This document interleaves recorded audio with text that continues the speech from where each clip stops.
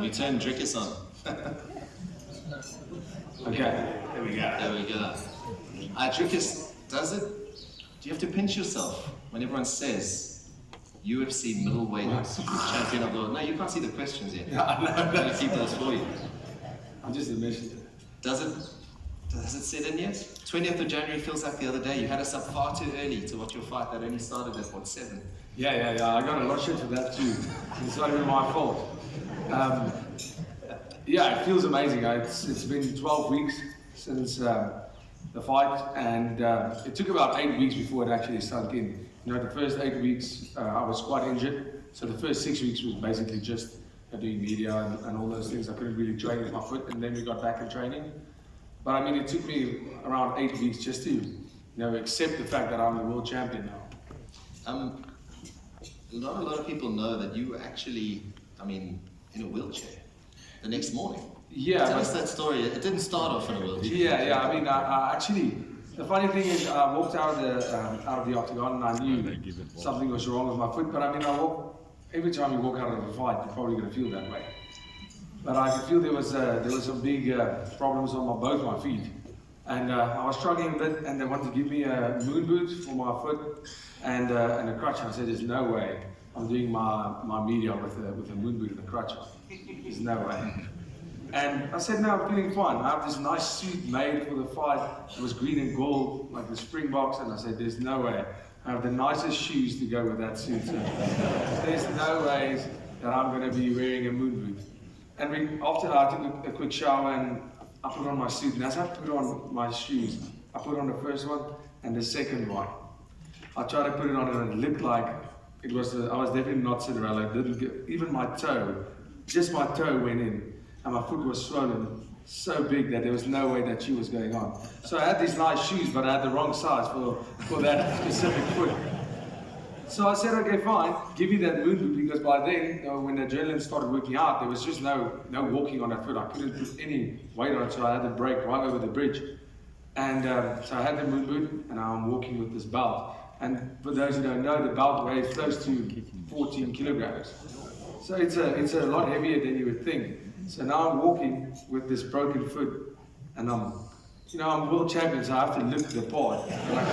But it's really hard when you're holding this massive belt for the first time, holding this belt, because it's my first time being world champion, so I don't really know the ins and outs of the belt. And the one guy comes to me and he says, "Hey, you're not allowed to wear the belt on that shoulder, a UFC official." And I say, "What do you mean?" And he says, "No, the U needs to be to the upward side, and you need to have it on your right shoulder."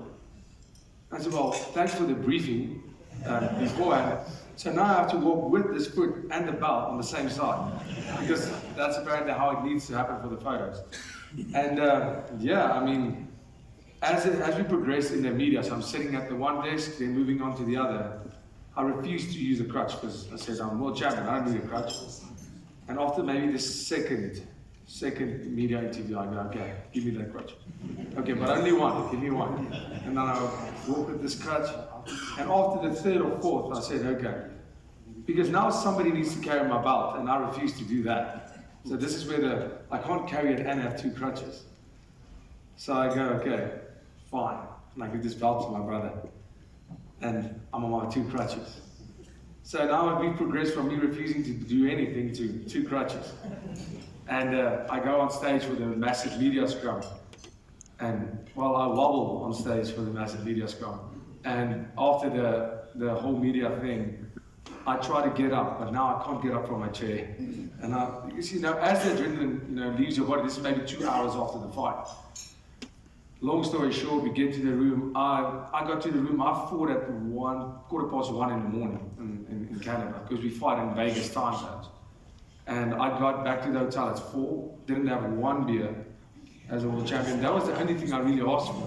So when I get out of the octagon after my media, I just have one beer. I haven't had one for 8 weeks. So that didn't happen. We just got to the hotel. All my friends were there. My family, everybody wanted to celebrate. I said, "There's no celebrating happening tonight." I went directly to bed, wake up the next morning, and as I sit up straight, I woke up with the belt right here. And I went to sit up straight, and I realized I was in a fight, and it was a big one. Because You know, so now everybody knows morning time I had to go pee, but the crutches are over there in the room. So I try to get out of my bed, but I can't walk. So I started crawling. Towards my crutches. But you can't crawl towards the crutches and push yourself up on the crutches. So eventually my first real act as a world champion was crawling into the bathroom and pushing myself up against the sink and leaning against it to pee. That was my very first act as a world champion.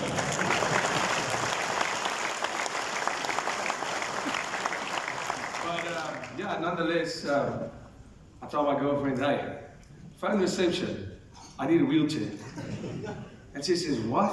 I said, no, I promise, like I can't walk, there's no way I'm walking.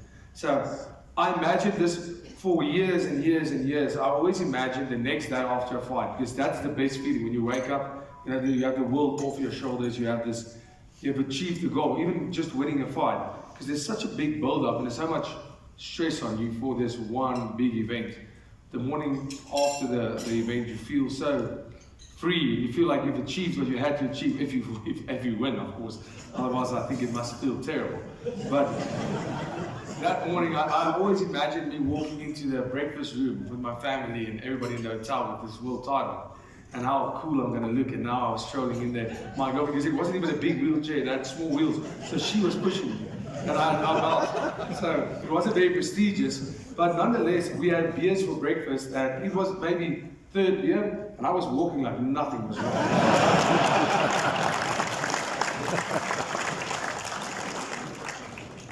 Before we get into the nitty-gritty of